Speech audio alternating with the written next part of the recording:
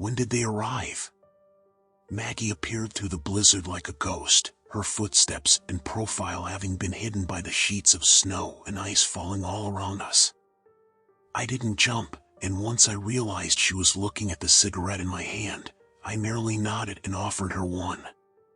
She surprised me by taking it, and we stood quietly, eyes fixed on the spot on the horizon where we knew the ship was lying perfectly preserved. I had HQ send a drone over with more appropriate supplies, I said. So we're staying then? Sebastian must be beside himself, Maggie replied, following it up with a quiet chuckle. He's certainly looking itchy, I replied. But I'd be fine never looking another piece of suet in the eye. Utter torture, she groaned, shaking her head. I've been jogging 10 miles every morning since I was 17, but these last few days have been something else. He just thrives off it though, doesn't he? It's his shtick, I replied. What he does? He only agreed because he thought we'd never find the damn thing, and it'd be 2 weeks of solid trekking through Arctic winter. But he has his own fundraising to do, and he needs to work up interest with littler treks like this one. 5,000 calories a day, Maggie said. I don't know how anyone could do it for fun. Well, at least the new supplies are better suited to camp life. Plus, I gestured with the cigarette in my hand as it burned down to the final few embers, we can slip in a few little amenities now we don't have to haul every last pound behind us. Maggie took a final draw and handed me the butt when she was done. I had an empty can of Coke I was using to keep them in, personally unwilling to throw them willy-nilly onto the ground. The ice is safe, she told me, dropping a bomb like it was nothing. In fact, it's a few miles thick. We've just got the full satellite data through and, well, it's quite intriguing. Why's that? I asked. It's not alone. There's something else a day's hike north. Hard, hollow, and big. I wanted to double-check before I told you. It's certainly a very odd finding. Well, we've got the ship to explore for now, I said. If Sebastian feels like it, he can burn off some calories checking out the second signal. I watched Maggie disappear back into the gray wind before returning to my tent. Sitting down on my cot, I contemplated the news she'd just delivered. My eyes drifted to the horizon again and again as I turned the words over in my mind. The ship was safe to board. The ship I'd spent years writing about, publishing papers on, researching. Hell, there was a scale model of the damn thing in my living room I'd made by hand as a young postdoc.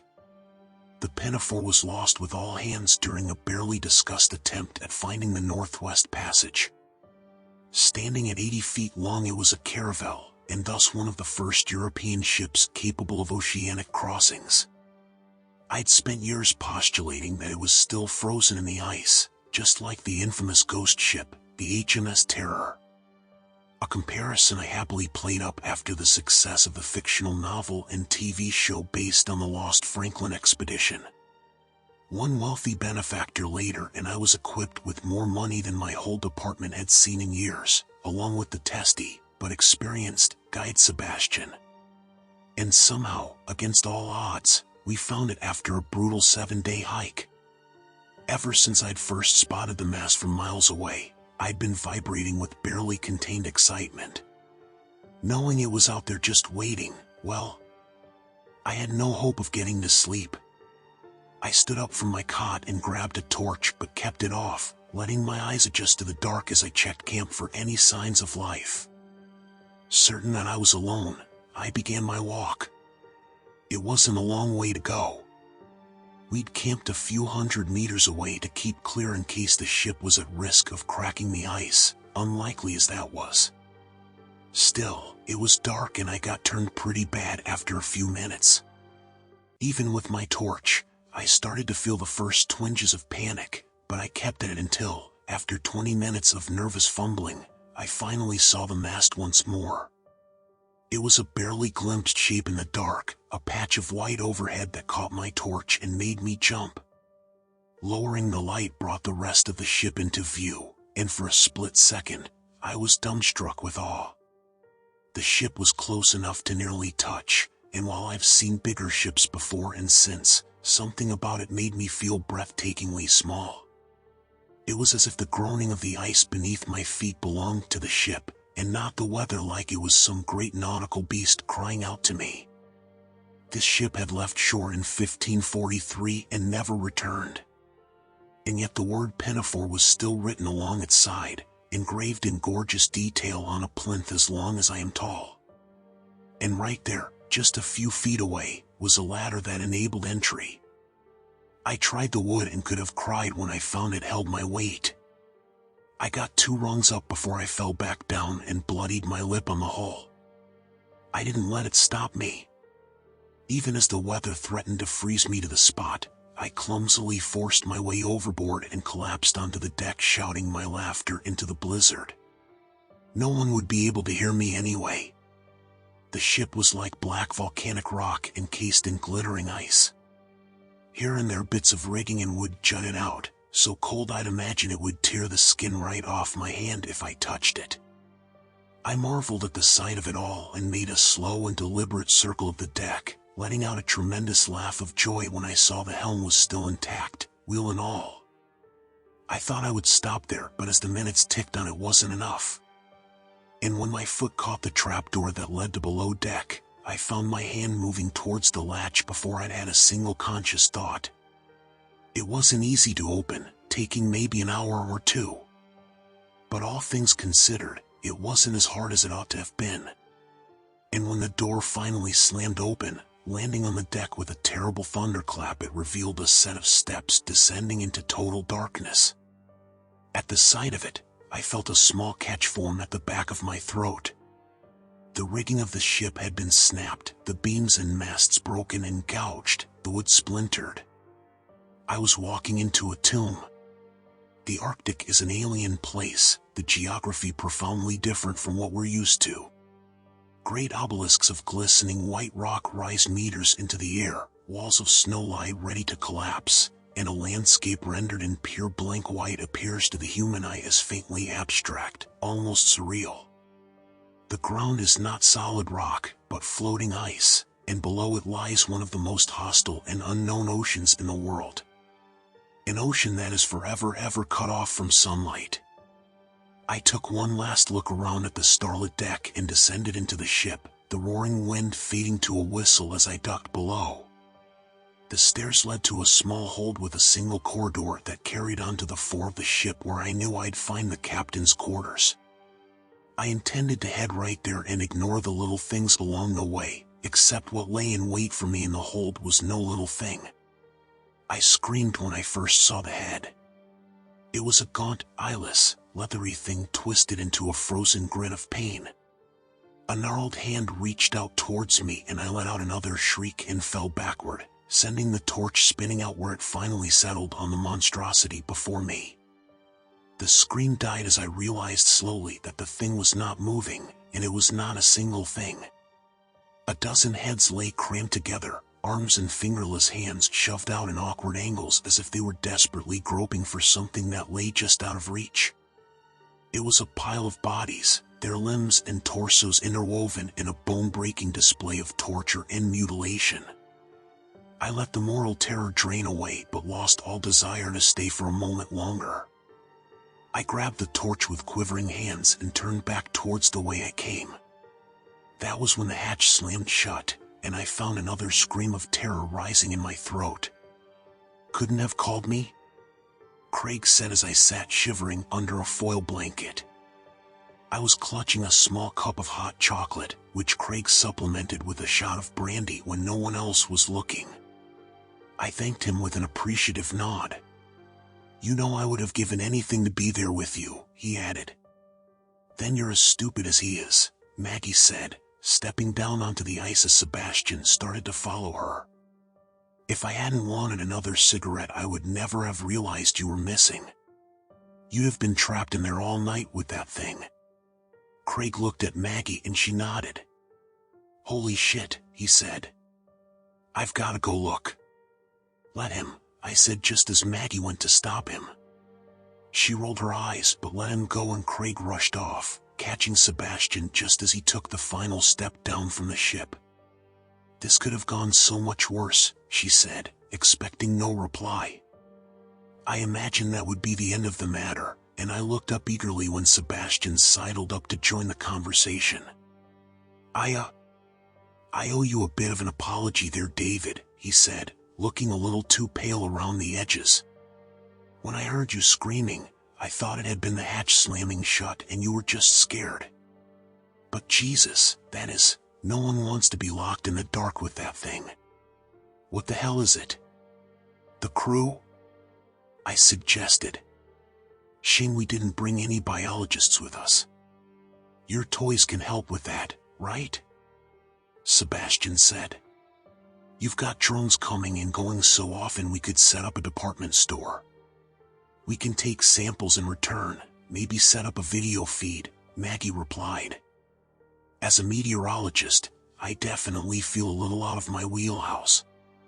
What about you? She asked me the last part, and I tried to think of whether anything I'd ever encountered came close to what I saw in the hold of that ship. When nothing came to mind, I shook my head. One fucked up Christmas tree, Sebastian said with a dark laugh, and I felt a shiver run down my back at his words. It resembled some kind of tree, and I filed the thought away in my head hoping it wouldn't pop back up the next time I put my tree up in my living room. Hey, he cried. Maybe you can hook the drones up to it and just fly the whole thing back to town. Sebastian really didn't like the drones. If he'd had his own way he would have had doing the expedition with dogs and seal fur boots just like his ancestors. That reminds me, I said. Maggie has something to show you. I think you might like it. We were told the worst thing to do was to touch or move it, so we didn't. The mountain of frozen flesh and withered bone was obscured from view with some makeshift curtains Craig threw together, and we carried on working like it wasn't there. Craig and Maggie took photos and made an inventory of every object we could find, carefully labeling and categorizing each tong and blade for later expeditions. I tried to pore through these items to find something that might give a clue to the ship's final fate. A dozen or so men crewed the ship in its prime, including a surgeon, a cook, a smith, and a cartographer. We found faded broken letters that spoke of mothers and wives, small figures sculpted from whalebone, and ancient bottles of homebrewed spirits stashed away under pillows. The ship's surgeon and resident scholar even had quite the collection of shells that he'd carefully labeled. Here and there we also found a patch of floor stained suspiciously in the dark, or a blade embedded in a door or wall, but we tried to ignore the implication of violence. The captain's quarters were, well, they were odd. I concluded that the ship had disappeared close to Christmas given the sprig of holly fixed to the ceiling. A small concession the captain had made to the season.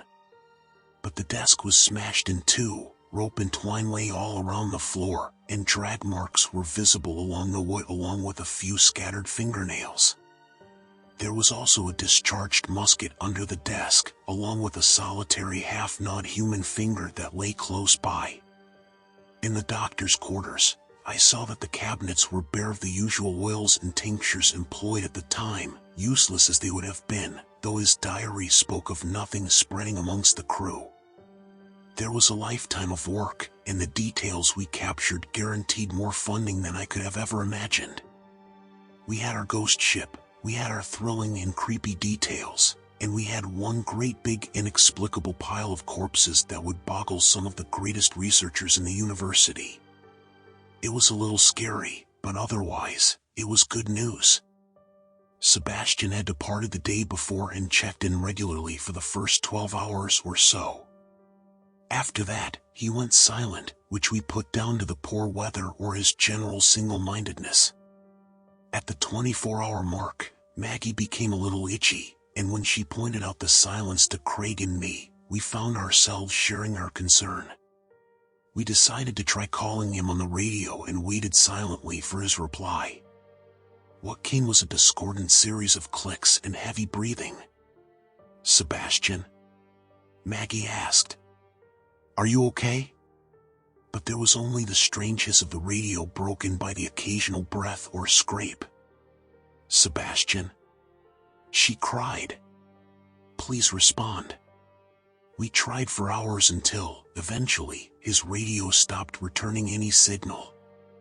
Craig figured it may have died, or maybe Sebastian had turned it off and started ignoring us. But something about the strange noises had left us all feeling a little nervous. Maggie suggested that he'd just activated the radio by accident and we were hearing the sounds of his walking, but the breathing felt close and ragged, almost animalistic, like a man approaching death. Still, it was the best theory we had, and we agreed to wait a little longer. The following 12 hours were tense. Eventually, we stopped working and returned to camp, where we tried to contact Sebastian with a more powerful radio and updated HQ to let them know. The ship that trailed us along the coast sent a few drones over the area Sebastian was meant to be and reported no visible signs of the man. No big surprise there, we figured, given just how hard it'd be to find anything in the tundra. But the pit in my stomach grew heavier with each hour that passed without us hearing back from our guide. After 48 hours it was decided we'd have to go look for Sebastian ourselves. We were moderately experienced in hiking and the spot shouldn't have been more than a 6-hour ride away. It was Sebastian who had insisted on making the journey by foot, always eager to push himself to the limit, and chances were it had led him to some kind of misfortune. Is that a door? Craig asked. I think it is, I answered. Maggie was on her hands and knees staring at the door that was no taller than my waist and embedded in a snowy banking. I reached out and rubbed away the ice and snow around the doorframe, revealing a wall made of crudely stacked slabs of wood as thick as my torso. Who the fuck put a door here? He asked. It goes deeper, Maggie replied, hands cupped around her face as she peered through a small window set into the door. I think I can see stairs going down. Are we sure Sebastian was here? I asked. Almost definitely, Maggie answered, holding up a small shred of blue fabric that had been jammed into the door frame. It was the same unmistakable baby blue of Sebastian's windbreaker. He's not the only one, Craig said, reaching into the snow to pull out a wooden knife bearing the Pinafore seal. Looks like our ancient explorers came this way as well. And I don't think it ended well. I took the knife and noticed a faint trim of rust brown red spattered along the edge. We'll have to mark our path for the future, I said. And GPS tagged this whole area for full excavation at a later date. Maggie nodded and took the knife to add it to our inventory while Craig and I worked on opening the door. It took a little effort, but quickly popped open and swung inwards with a spine-tingling squeal. The building had a roof so low we had to duck. The beams above us were rough-hewn trunks with still visible bark preserved by God knows how long spent in the Arctic tundra. It was like a makeshift cabin, the kind of thing you'd find in the Canadian or Nordic wilderness. It had the sturdy appearance of Viking construction, and Maggie noted a few strange runes stitched across the inner doorway that I couldn't translate or properly recognize, but they seemed faintly familiar nonetheless. The room itself was a good 20 by 20 meters with a worktop that ran along 3 of the walls. Maggie shuffled over and picked up one of the stools that were tucked neatly under the countertop, and holding it up, she showed it to be no bigger than my forearm. What the fuck, she muttered. Is this a fucking joke? Craig cried, calling our attention to a small wooden object he held in his hands. It was a hedgehog, or a carving of one, with little wheels instead of legs so it could be rolled along the ground. Could be some kind of fetish, I mumbled, swallowing a knot of anxiety in my throat. It's a fucking toy. Craig cried, laughing at the ridiculousness. Is this some kind of prank, Dave? Is this some fucked up PR stunt by the university? Because if it is, I'm not going to be happy. I don't know what this is, I said. But I'm not in on it, and if any of you are, I'd appreciate you saying now. Sebastian, maybe? Maggie said, a quiver entering her voice. She was holding up one of the shoes, the fabric half torn, and the insides splashed with still wet blood. Maybe this is all his doing? He was assigned to us by the university. I knocked a fist against the wall and I realized I could shatter my hands against that wood and not put so much as a dent in it. Seems elaborate for a prank, I said. We should work on the assumption that Sebastian needs our help. And if this is a joke, we can kick his ass afterward. Amen, Maggie replied, and together we walked towards the nearby stairs. Footprints were visible in a thin layer of snow that had drifted into the building over the years, and we knew that if Sebastian was near then he must be somewhere below. I haven't seen this before, Craig said. This kind of material. He was holding a toy horse crudely put together out of basic cylinders and squares. The material that covered it was a velvety sort of leather that was strangely soft despite the ice-cold temperature. He turned it over in his hand and we both noticed a faded blue patch. I watched him squint at it for a few moments, and I reached out and gestured for him to put it down. What is it? He asked, ignoring my suggestion. It's Erasmus, I said, my voice a little hoarse. The patron saint of sailors. You should put that thing down. Why would someone paint that onto a toy? They wouldn't, I replied. But they would almost certainly have tattooed it onto the arm of a 16th century sailor. His eyes went wide and he dropped the toy with a disgusted cry. Fucking hell, he cried. That's not all, Maggie said. I think this is bone. She held up a small carving of the baby Jesus, no larger than my thumb, made out of yellowing ivory. Any guesses as to where it may have come from? Many Arctic cultures make carvings out of seal bone, I suggested. How many of them make fucking toys in a workshop built for hobbits? Craig cried. Am I the only one who wants to pin the tail on the donkey and make the connection here? Do you have any ideas? Maggie asked, looking over toward me. I shook my head. Maybe an old European colony, I said. Someone came out here to try in. I don't know. Some religious fanatics, maybe? Someone who wanted to recreate the myth? Out of human skin? Craig asked. And where the fuck is Sebastian? The floor we were on was a lot busier than the last, crammed full of desks and tools for woodworking and carving, many of which lay strewn about the floor. Somewhere below us, the walls must have collapsed, and that was where the ice was coming from, as the snow that covered the floor was noticeably thicker here than above. We found no obvious sign of Sebastian except for some signs of disturbance amongst the snow that led, once again, to another set of stairs descending into darkness. That bodes poorly, Craig muttered. Sebastian's ice pick was embedded in the floor up to the hilt. A few strands of hair were still threaded around the blade, along with some coils of rope identical to the kind in the Pinafore. As does that, Maggie said, gesturing to the Christmas tree. Not only had the toys in this part of the building grown more demented, depicting men with huge phalluses and women tearing their breasts open to reveal ribs and lungs and hearts, but an ancient, withered tree stood dominating the center of the room. Its limbs were decorated with withered black prunes and charcoal rope that would have been familiar to anyone who's seen what centuries of decay can do to frozen human remains. The baubles were organs, the tinsel intestines, left out to freeze dry over centuries of exposure. One of the baubles, however, was fresh, making red velvet slush of the ice below. What is it? Craig asked. I think it's a kidney, I said. Steam was rising from the dripping piece of offal that sagged from the tree branch. It's still warm too. The eyes on that doll, Craig said, swallowing nervously in the cold. Do they look familiar to you? I turned to the toy he was staring at, its haunted face lit up by the intense beam of his torch. Its expression was remarkably well carved, seeming almost lifelike were it not for the obvious coloration of hardwood. The eyes, however, were far too human, and the irises a crystal blue that was, indeed, quite familiar.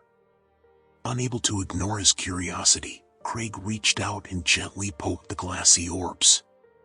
Only they weren't glassy. They were soft.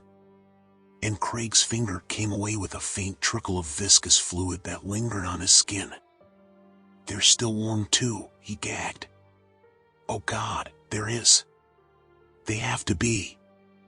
We did, eventually, find Sebastian. He was alive in a sense, although on his very last breath. He had been cracked open like a turkey and left to err in the freezing cold. His skin and bones were pulled apart with expert precision, his face a pallid mask of terror. He was conscious but could only wail and cry.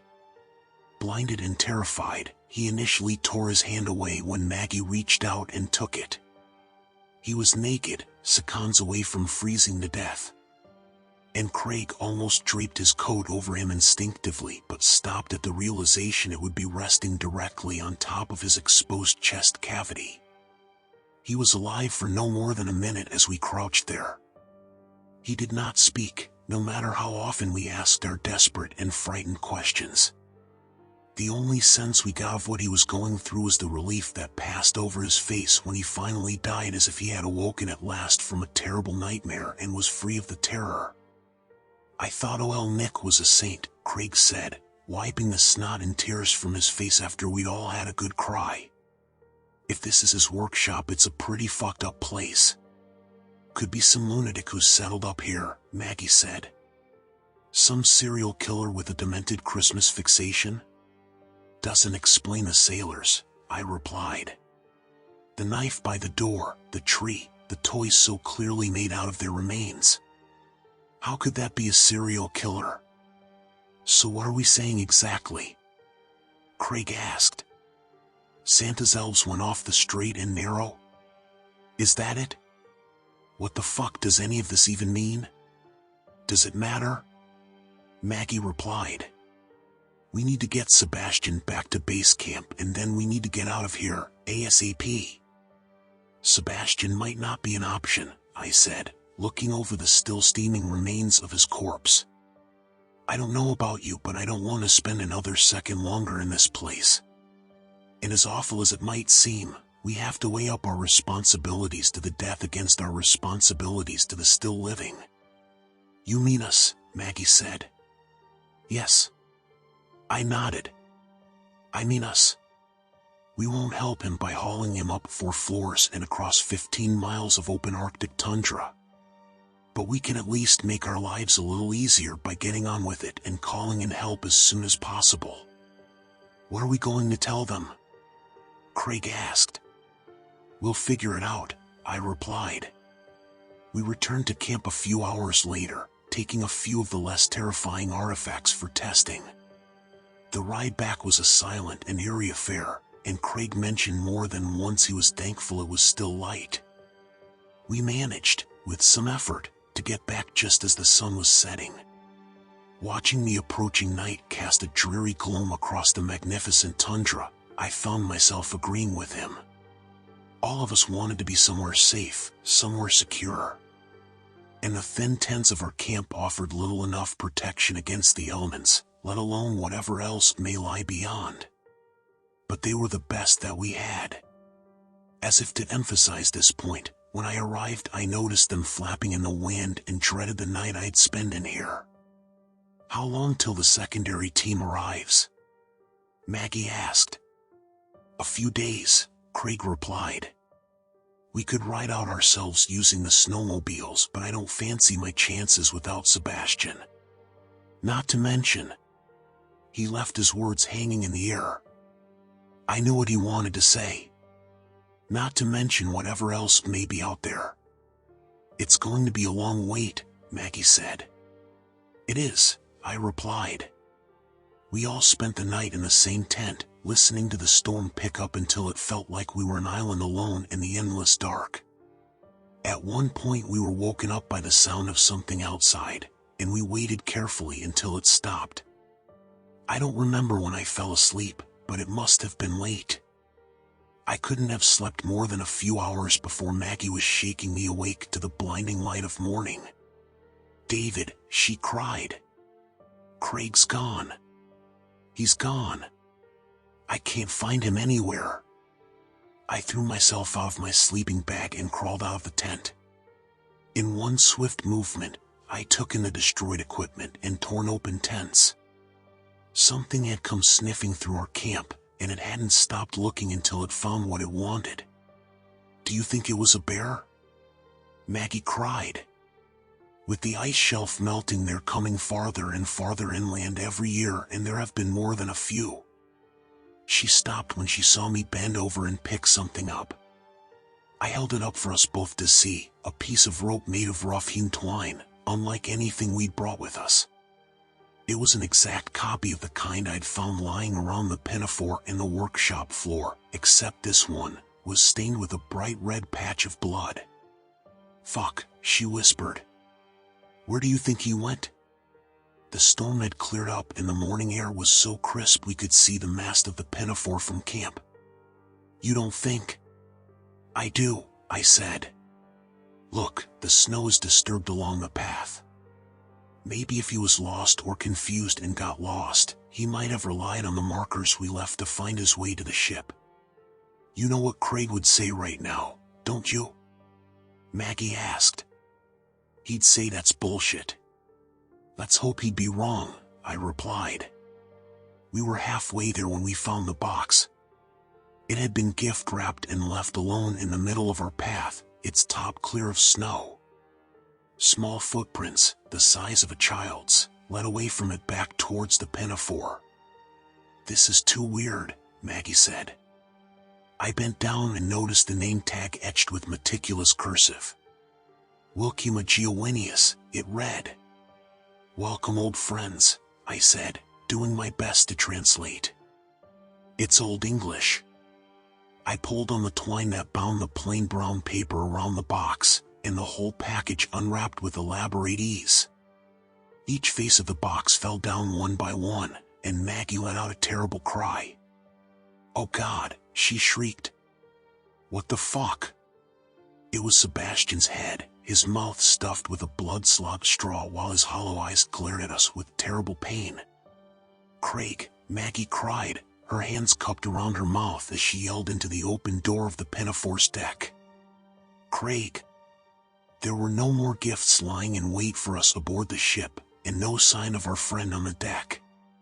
At one point I nearly told Maggie that he was probably in the hold, where it'd be safe and warm. But the words died in my throat. I couldn't keep clinging to such a hopeless idea. "Come on," I said weakly. "Let's head down." The hold was unchanged since we were last aboard. The pile of corpses entwined in a desperate orgy of violence still stood over everything else in the room. Something about the eyeless faces burned its way into my skull, and once again I wondered how exactly they'd suffered such a horrible fate. Maggie and I were silent in our search for Craig. I couldn't bring myself to cry out for him, and neither could Maggie. It felt useless, and some small part of me kept telling myself to stay small and quiet, hidden from view. "Don't call attention to yourself," it said. "Don't cry out." We checked each one of the ship's rooms, every corner, every hold, every cupboard, and closet.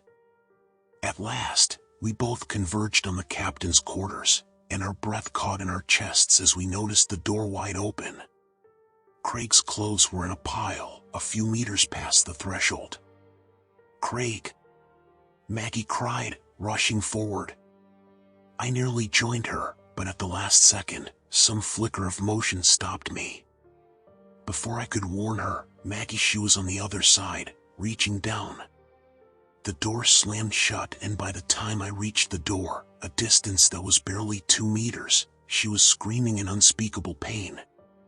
It was a gibbering howl of terror and agony that filled me with such horror I could feel the corners of my vision blur and turn black. My muscles became weak and my stomach damn near fell out of my ass. As it was, I could feel a warm stream of urine trickle down my thigh and calf. I wanted to push on. I wanted to slam into the door with all my rage and strength and rescue my friends. But my legs betrayed me. They screeched to a halt, and before I even realized what I was doing, I had turned on my heels and was fleeing the other way. The strangest plan formed in my head. I can't say how or why it came to me, except that in the end, it was probably the only that saved me. The pile of corpses, as horrifying as it was large enough to allow entry in some places. One place, in particular, came to mind. A small nook, barely large enough for a person.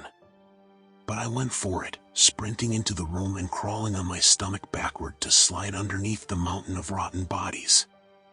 The feel of ice-cold fingers sliding along my trouser leg, hooking on pockets, and poking my chest and back was enough to nearly make me cry out.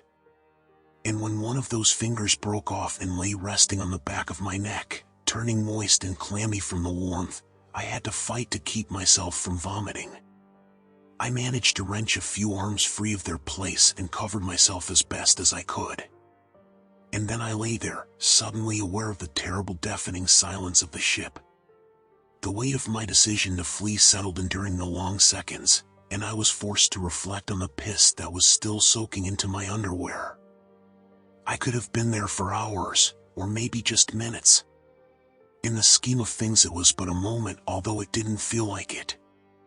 Eventually, something sounded out from the corridor and I heard the terrible squeal of a door swing open.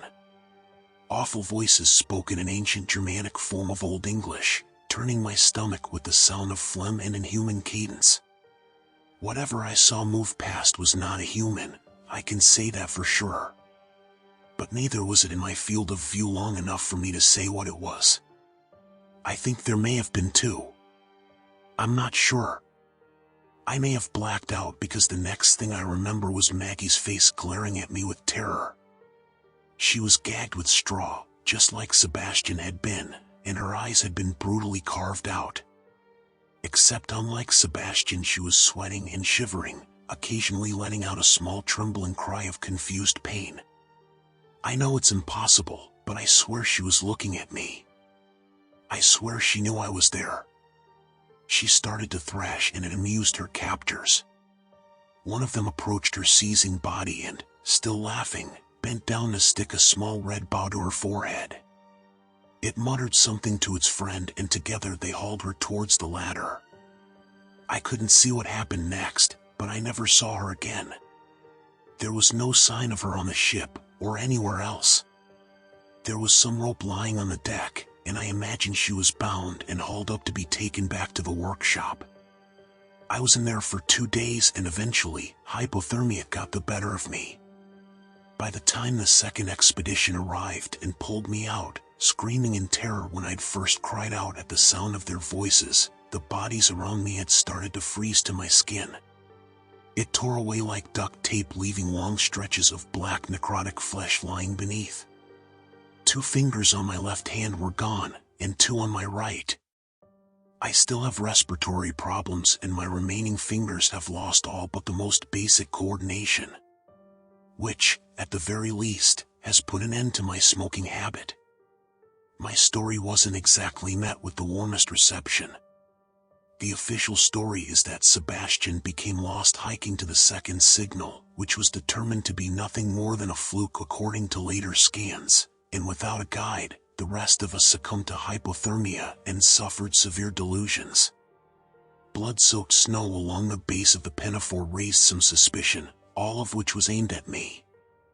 And in the end, I had to leave my post at the university after rumors that I'd killed Craig and Maggie in a deranged moment of cabin fever refused to die down. I don't think it helped that when I'd first awoken and pulled my face free of the frozen wood beneath me, I left a chunk of my right cheek behind. I still look ghoulish, scaring even myself when I look in the mirror.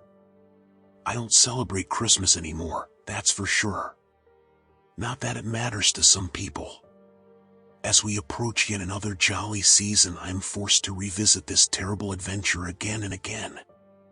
And now, as if to make it worse, someone has been having fun at my expense. I received a gift, a plainly wrapped box with a familiar twine wrapped around it in a neat bow. It was small, far smaller than the one that had contained Sebastian's head.